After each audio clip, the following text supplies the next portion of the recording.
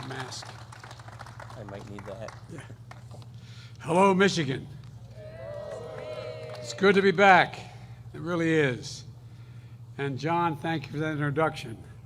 The truth of the matter is, there's a reason why the American labor movement across the board has the single best workers in the world, because they're the best trained.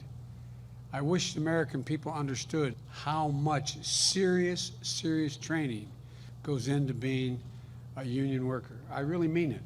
You're the best in the world. I was kidding. Someone said to me earlier that I said I'm a union president. I'm a president of sports unions, not labor unions. And someone pointed out to me that I allegedly have used the word union as president more than the last 7 presidents combined. You built the country. No, not a joke. You built the country. And it's great to be here with several excellent members of Congress.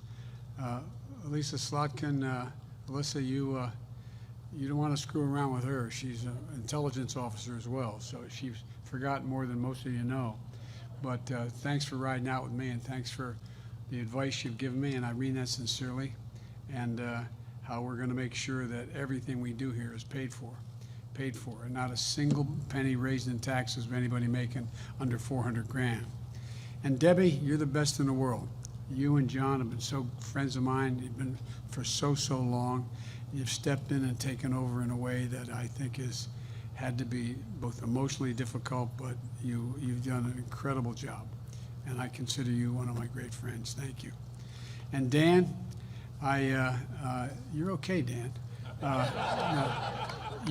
You ain't quite like the woman sitting next to you, but all kidding aside.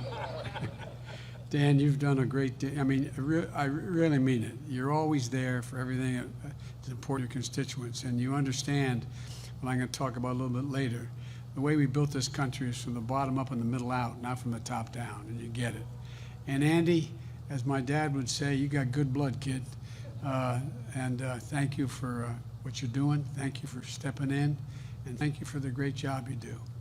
Michigan, I also have, it's also fortunate to have an outstanding United States senators who are doing what they're supposed to do. They're in Washington because the Senate's in. Debbie and Gary are in Washington now, and to cast some really important votes to keep things moving. And of course, it's great to be here with my friend. We've become friends, an outstanding governor, one of the best governors in the United States of America, and her lieutenant governor who covers her in every way, both in terms of physically and mentally and every other way. And thank you for all you did to help me get elected. I really mean it. Thank you, thank you, thank you. Look, I know there's a lot of noise in Washington, there always is, but it seems to me a little more than usual now. A whole lot of hyperbole, a lot of heat, and I'm here today to try to set some things straight if I can. I want to talk about what's fundamentally at stake for our country now, at this moment. I know it's an overused phrase, but I've been using it a lot. We're at an inflection point. Anywhere from 40 to 80 years in America, there's an inflection point. We have to choose what direction we're going to go, what we're going to do, not Democrat, Republican, but who we're going to be. For a long time, America set the pace across the entire globe. For the better part of the 20th century, we led the world by a significant margin in investments in ourselves, in our people, in our country. We invested in our infrastructure, in our roads, highways, bridges, ports, airports, and the arteries of the nation that allow commerce to function smoothly and swiftly and allow us to generate significant income. We've invested in our people and opportunity. We're among the first to provide access, for example, to free education. It's the reason why in the 20th century we began to take off. It was back in the late 1890s. We decided among the first countries that we were going to be the first nation that every single American, regardless of their background, it wasn't at the time regardless of their background, but based on income, would have free 12 years of education. We invested to win the space race. We led the world in research and development, led to the creation of the internet. And but then something happened. We slowed up. We stopped investing in ourselves. America is still the largest economy in the world. We still have the most productive workers and the most innovative minds in the world. But we risk losing our edge as a nation. Our infrastructure used to be the best in the world. literally, not figuratively. Today, according to the World Economic Forum, we rank 13th. Our infrastructure, 12 nations have a better infrastructure than we do, which means they can move product. They can do so many things better than we can do it. We're among the first in the world to guarantee access to universal education. Now, the Organization of Economic Cooperation and Development ranks America 35th out of 37 major countries when it comes to investing in early childhood education as a percent of GDP. Think of that. Think of that. Of all the industrial nations in the world, the instinct Americans would say, if you asked them 25 years ago, would say we're number one. We are not. There's only 2 industrial nations that are lower than us. All those investments that fuel the strong economy, we've taken our foot off the gas. I don't know what's happened. The world has taken notice, by the way, including our adversaries. And now they're closing the gap in a big way. So it's essential that we regain our momentum that we've lost and the work of our time, it seems to me, those of us who hold public office, is to prepare ourselves to be more competitive and to win the fast-changing 21st century in the global economy. Things are changing incredibly quickly. That's why I propose 2 critical pieces of legislation being debated back in Washington right now. The first, a bill to invest in our physical infrastructure. And the second is a bill to invest in our human infrastructure. I'll talk about both these bills in just a moment, but first, I want to set one thing straight. These bills are not about left versus right, or moderate versus progressive, or anything that pits Americans against one another. These bills are about competitiveness versus complacency. They're about opportunity versus decay. They're about leading the world or continue to let the world pass us by, which is literally happening. To support these investments is to create a rising America. America is moving. To oppose these investments is to be complicit in America's decline. To support these bills is to pursue a broader vision of our nation, and to oppose them is to accept a very cramped view of our future. This isn't about 2 pieces of legislation. It's about the inflection point I mentioned earlier we are in our history, the world history. So, here's what I'm proposing. First, the infrastructure bill. It's about rebuilding our roads, our highways, our bridges, our ports, our airports, our broadband, all the things that need repair. Our arteries of our economy have always been fueled by the economic might and dynamism of Americans. Across the country right now, 45,000 bridges and 173,000 miles of roads, according to the Society of Engineers, are in poor condition. Right now, including more than 1,200 bridges as the governor's been fighting to repair here in your state, 7,300 miles of roads here in Michigan. I'll bet everyone in this room can tell me what the most dangerous intersection in this town or any town they live in and where it is. That you hold your breath when you're driving over trying to cross the street. Not a joke. Working with the governor and members of the Congress here, we're going to put hardworking Americans like the operating engineers here in Howell on the job to bring back our infrastructure and bring it up to speed. Good union jobs, not $12, $15, $18, prevailing wage jobs. Wage that give you dignity, that you can raise a family on, that you can hold your head up. This is a blue-collar blueprint for how we restore America's pride. And these are jobs that can't be outsourced. We're going to put plumbers and pipe fitters to work, replacing lead pipes in America, so families and children can drink clean water. 400,000 schools. I mean, it's not just our homes, it's across the country. We're going to put line workers and electricians to work laying thousands of miles of transmission lines and to build a modern infrastructure and energy grid. We're going to make high-speed internet affordable and available to everywhere in America. We're talking about that on the way over with Alyssa, that how short the number of people have access to the internet here because of the lack of investment. We're going to make the largest investment in public transit in American history. And we're going to make the most important investment in our rail system since the creation of Amtrak 50 years ago. And let me tell you, Our competitors aren't hanging around and waiting to see what we're going to do. They've been pouring billions of dollars into infrastructure and into this training their people for years now. Take China, for example. Now, I've been clear that China uses unfair coercive practices to get ahead of their competitors, but that's not the whole of the story. They also invest in themselves. In recent years, China has spent around 3 times as much on infrastructure as a share of their economy than we have. 3 times. And they're not slowing down. Yesterday, my U.S. trade representative delivered an important speech on our competition with China. She pointed out that China made a major investment in steel plants beginning about 20 years ago. In the last 20 years, half of American steel companies have been shuttered. We went from 100 U.S. steel companies to 51. And employment in the American steel industry dropped by 40% since the year 2000. China now produces more steel in 1 month than America does in an entire year. You can see it in the sector after sector. Other countries are speeding up and America's falling behind. We've got to reset the pace again. We've got to set a different pace. For example, here in Michigan, we need to make sure that American auto workers lead the world in electric vehicles. And some of you came to the White House when I had the chairman of the board of General Motors, Chrysler, and General Motors, Chrysler, and Ford. You know, and what have they decided to do? They decided they're going to lead the world and they're going to build more of the electric vehicles than any other country. But guess what?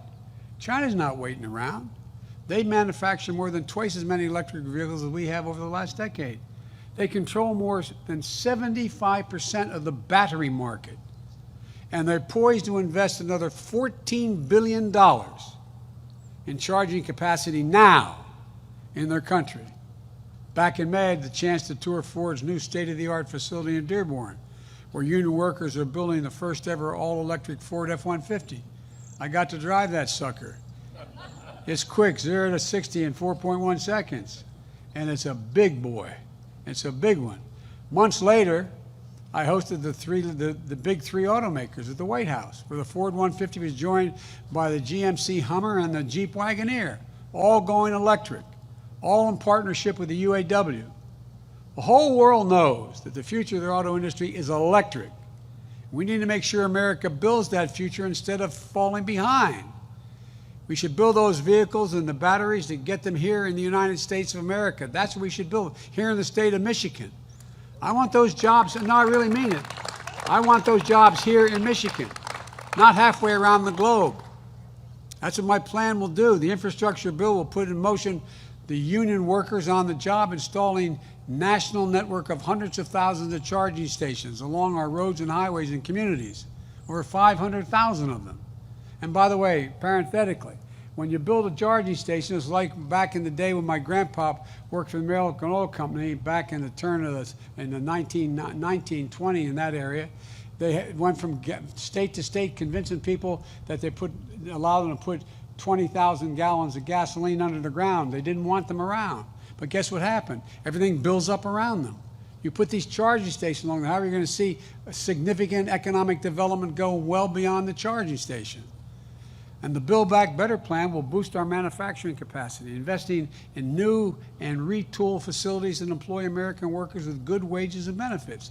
That includes grants to kickstart new battery and parts productions.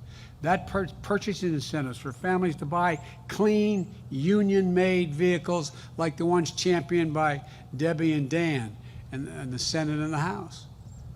And loans and tax credits to boost clean vehicle manufacturing.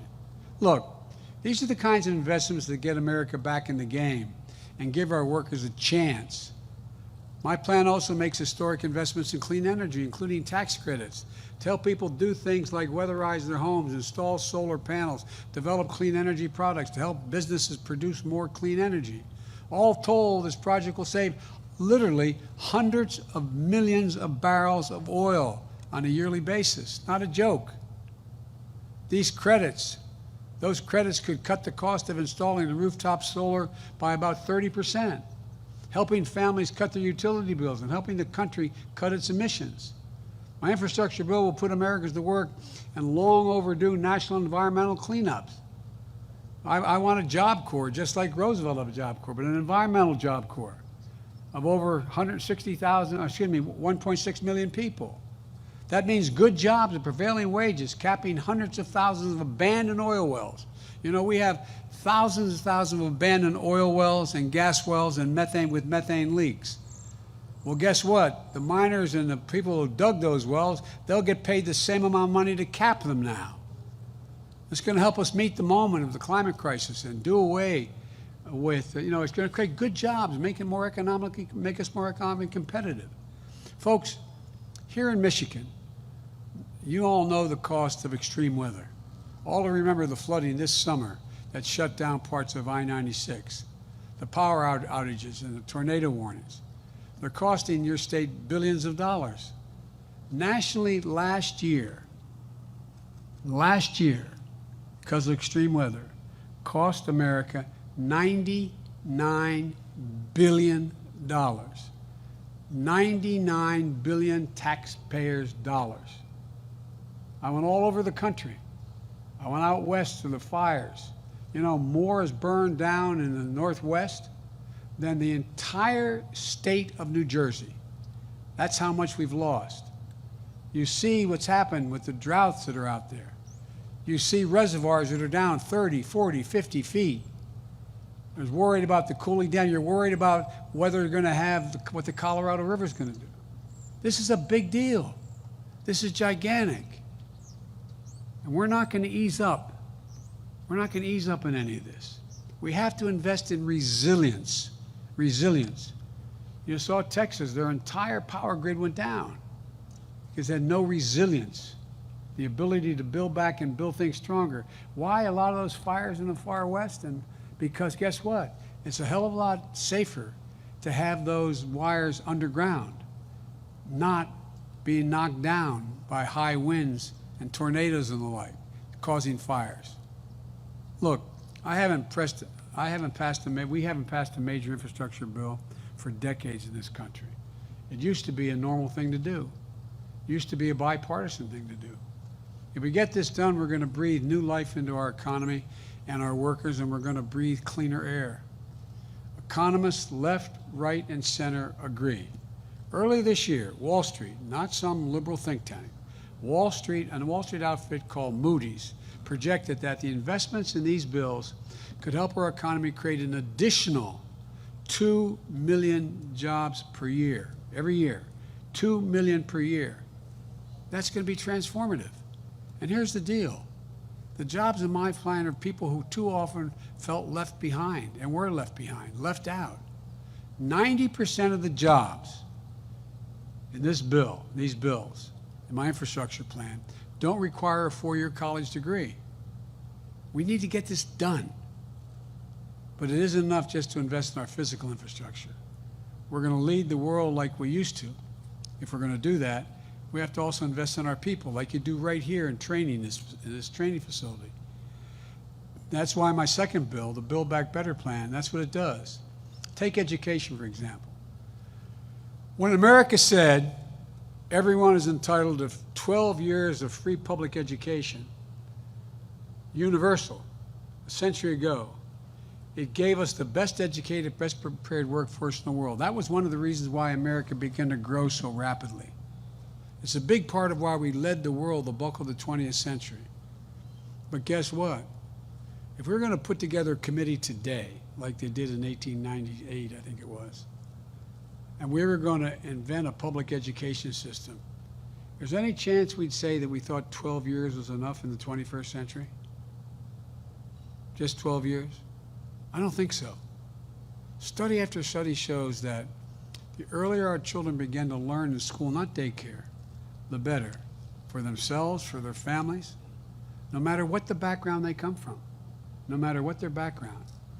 Recent university studies point out that they're increased by 56% the chance of them to get all the way through 12 years of school without getting in trouble. It's a gigantic deal. It doesn't matter whether mom or dad know how to read or write, or the home is a home that is challenging. But right now, we're lagging behind, while other countries are investing in their children. Today, only about half of 3 and 4-year-olds in America are enrolled in early childhood education. In Germany, France, the United Kingdom, Latvia, that number is more than 90%. 90% of their 3 and 4-year-olds. We're falling further and further behind the curve. It's not just early education. According to one study, we rank 33 out of 44 advanced economies when it comes to the percentage of our young people who have attained a post-high school degree. Anything after high school. We're at the bottom of the heap. I'll bet if I was on a quiz, you're on one of these quiz shows I ask you that, you would have said maybe we're 2 or 3 or 4. It's ridiculous. My Build Back Better plan gets us back on track. We'll make 4 additional years of public education available to every person in America. 2 years of high-quality preschool at the front end, and investments in community colleges so our students can gain skills they need to carve out a place for themselves in the 21st century economy. And also increase Pell Grants. They're grants for kids making families less than 50 grand, helping them get through community college or a historically backed colleges in order to be able to get a shot so they can live, they can eat while they're going to school. And we'll invest in historically black colleges and universities, which are an essential asset to help to support and to make sure that young people of every background and circumstance have a shot at good paying jobs. Look, this bill also invests in our workforce by providing so much needed breathing room for working families. After all, how can we compete in the world if millions of American parents, especially moms, can't join the workforce because they can't afford the cost of child care or elder care and have to stay home? For example, here in Michigan, the average 2-parent family spends $10,400 on child care costs for just 1 child each year. 30 years ago, the United States ranked sixth among advanced economies in the share of women in the workforce. You know where we are today? 23. 22 countries have a higher percentage of their women in the workforce making a competitive wage than the United States. While our competitors are investing in the care economy, we're standing still. And the fact is, millions of American parents are feeling the squeeze, having a hard time doing their job, earning a paycheck while taking care of their children or aging parents, and at the same time in this sandwich generation. My Build Back Better plan is going to change that. It's going to cut the cost of child care for most Michigan families by more than half. It's going to extend historic middle-class tax cut to the child care tax credit, which we passed in my American Rescue Plan. Now, most people don't know. If you walk to the average informed person, doctor, lawyer, or whatever, and said child care tax credit, they're not sure what that means. Well, what it means is, if you were making a decent salary and you had 2 kids or 3 kids or 4 under the age of 18, you get to deduct $2,000 for each child off your bottom line of your taxes you owe. Well, guess what?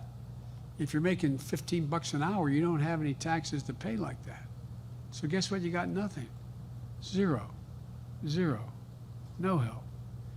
My friends in the other team have no problem giving billionaires and millionaires gigantic tax breaks. This is a tax cut. What it does is, now, and it's in place, and people in your state are understanding it now, instead of it provides it up the ante how much you could get for a child under 7, you get $3,600 tax cut on a yearly basis. And you get $3,000 for a child under 17. But guess what we did? That means we're doing it on a monthly basis now. It means you're getting either $300 a month or $200 a month, just like your Social Security check at home. It's cut child poverty in by 40%. That money's already a life changer for so many working families. And as I said, I was wrong. In Michigan, it's 44% cut in child poverty. We need to keep it going. My plan is going to put Americans to work constructing and rehabilitating safe and affordable housing to help ease the cost of housing while generating even more jobs. In most of the major metropolitan areas of America, you can't afford the housing. And it helps to meet the moment on climate change as well. We're setting the course for America to achieve 50 to 52% reduction in greenhouse gas emissions by 2030 for us to reach net zero emissions by 2050.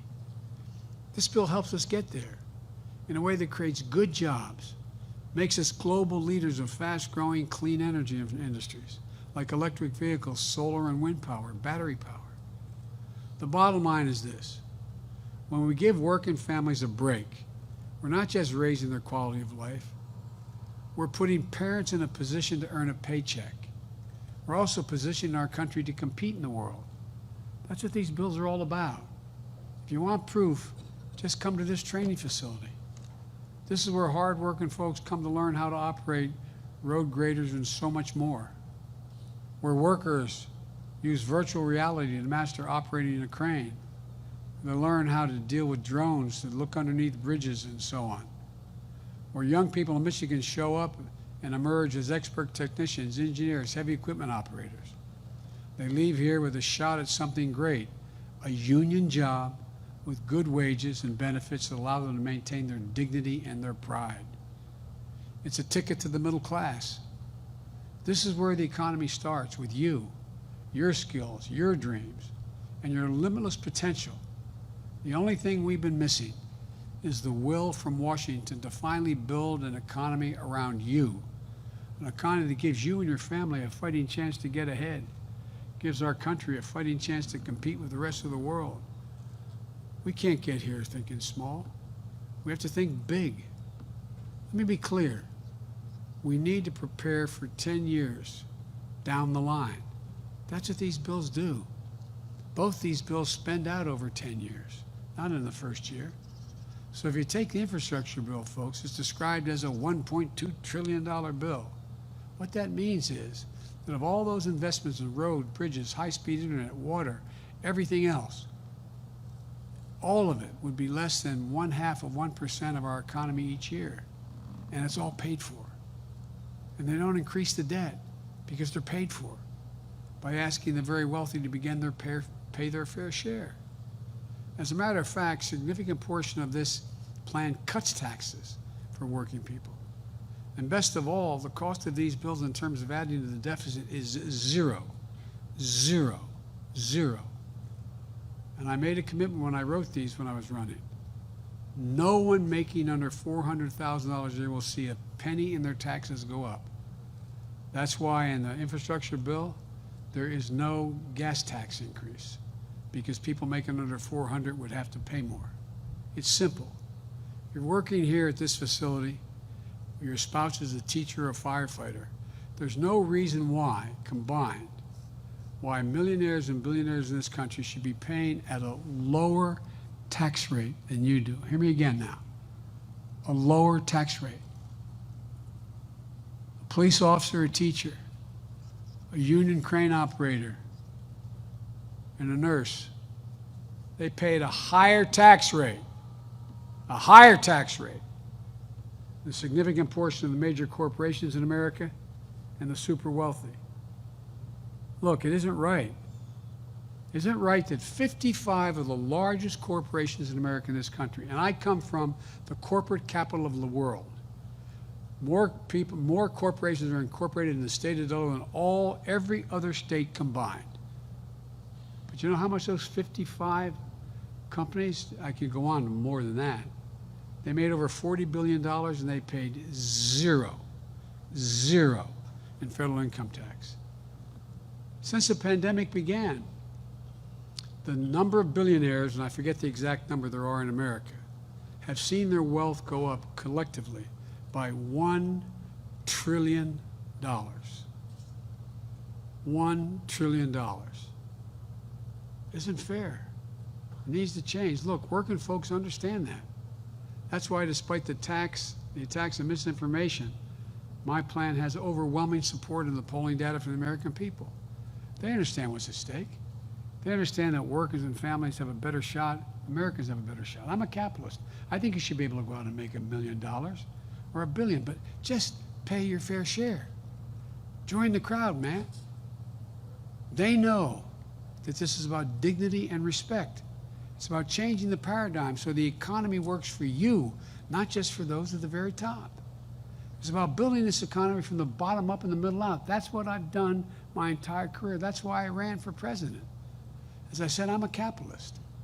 I think you should be able to make a lot of money in America, but just pay your fair share. Pay your fair share. I took this agenda to the country. They said it was time to build an economy that looks out from Scranton, Pennsylvania, where I grew up as a kid, instead of looking down from Wall Street. An economy that looks out from Howell, Michigan, and towns like it all over America, that brings people from every race, background, religion into the game. That's what, and notwithstanding some of the signs that I saw come, that's why 81 million Americans voted for me. The largest number of votes in American history.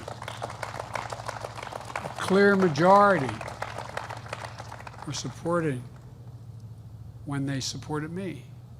Look, it's now time to deliver. Let me close with this. The world's watching, not a joke. The autocrats of the world believe the world is moving so rapidly that democracies can't generate consensus quickly enough to bring their people together to get things done. They think democracy is not a joke. In my meetings with Putin, in my meetings with Xi Jinping and other leaders, they truly believe that we can't compete in the 21st century because things are moving so fast, democracies take so much time, that they are so divided that they can't get together in time to act. They believe they believe they'll win the day, and they can dictate their way forward and leave us behind. They're betting, not a joke. They're betting for the first time we won't respond to this inflection point in history, that we'll fail to rise to the occasion. But you've heard me say it a lot of times. It's never, ever been a good bet to bet against the American people. Never.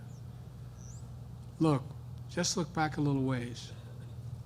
After World War II, the United States did what we're trying to do now, invested in the American people to lead the world. At the time, presidents and Congress of both parties and Americans of all political views stepped up. I'm not being sentimental here. There was racial discrimination was a fact of life. We know how deep-rooted racism is in this country. We saw the Klan marching here in Howell generations ago, and again in recent years. It's a never-ending battle, but think about what also unfolded in these critical decades. Great protest movement. Some of the nation fulfilled its promise of equity. The GI Bill sent millions of veterans to college. The federal government helped make home ownership possible because it's the vehicle by which people can generate wealth. Most of us who come from lower and middle class backgrounds, that's how our parents were able to generate any wealth, the investments in our home. For those who could previously only dream of having a house to call their own. We invested in the interstate highway system, propelling our economy into the future. We invested in the space race, which led to huge strides in technology. We invested in something called DARPA, a program within the federal government that helped create the internet. Folks, we need to step up again. But the challenge of today is one of economic competition. Let's learn from that history. Not because it was perfect, because Americans then did what we must do now. Invest in ourselves to show the world that American democracy works. And that given half a chance, there's nothing, not a single thing, we can't achieve when we do it together. I know we can do this. I'm positive we can. I've never been more optimistic about this country than I am right now. We're going to restore faith, pride, and dignity, the future of this country. And we're going to pass both of these bills and start building this economy to beat the competition and deliver for working families. Thank you. May God bless you. May God protect our troops. Let's get this done. Thank you.